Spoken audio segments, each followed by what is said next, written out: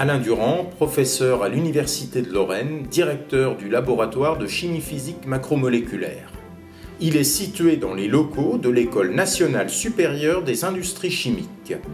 Ce laboratoire regroupe une quarantaine de personnes, étudiants, enseignants, chercheurs, personnel technique et administratif.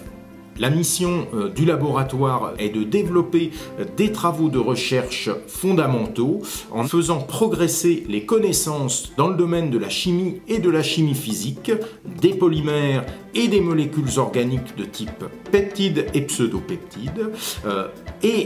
Nous développons une stratégie partenariale dans le but que les connaissances que nous produisons au sein du laboratoire puissent être transférées et valorisées via des partenariats avec des entreprises.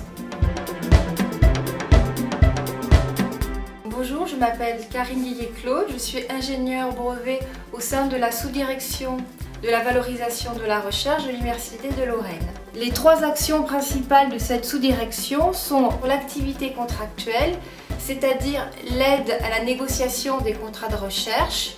La deuxième activité est la maturation de projets innovants, avec notamment les appels à projets maturation. Et la dernière activité est la gestion de la propriété intellectuelle industrielle. Le laboratoire a développé des matériaux qu'on appelle aérogels, qui contiennent 99% d'air et qui sont de très bons isolants thermiques. Nous pensons utiliser ces matériaux dans des applications de super isolants. Un brevet a été déposé concernant ces matériaux. Le dépôt d'un brevet présente plusieurs avantages. Donc d'abord, ça apporte la protection des résultats. Donc elle aura la possibilité de transférer ces résultats vers une société qui souhaite l'exploiter via la négociation d'un contrat de licence. Dans le cadre d'une collaboration avec une grande entreprise, nous avons travaillé sur la conception de matériaux constituant les réservoirs automobiles de manière à minimiser l'émission parasite de carburant dans l'atmosphère. Ces matériaux font l'objet d'un dépôt de brevet. Une autre partie de nos activités concerne les applications dans le domaine de la santé.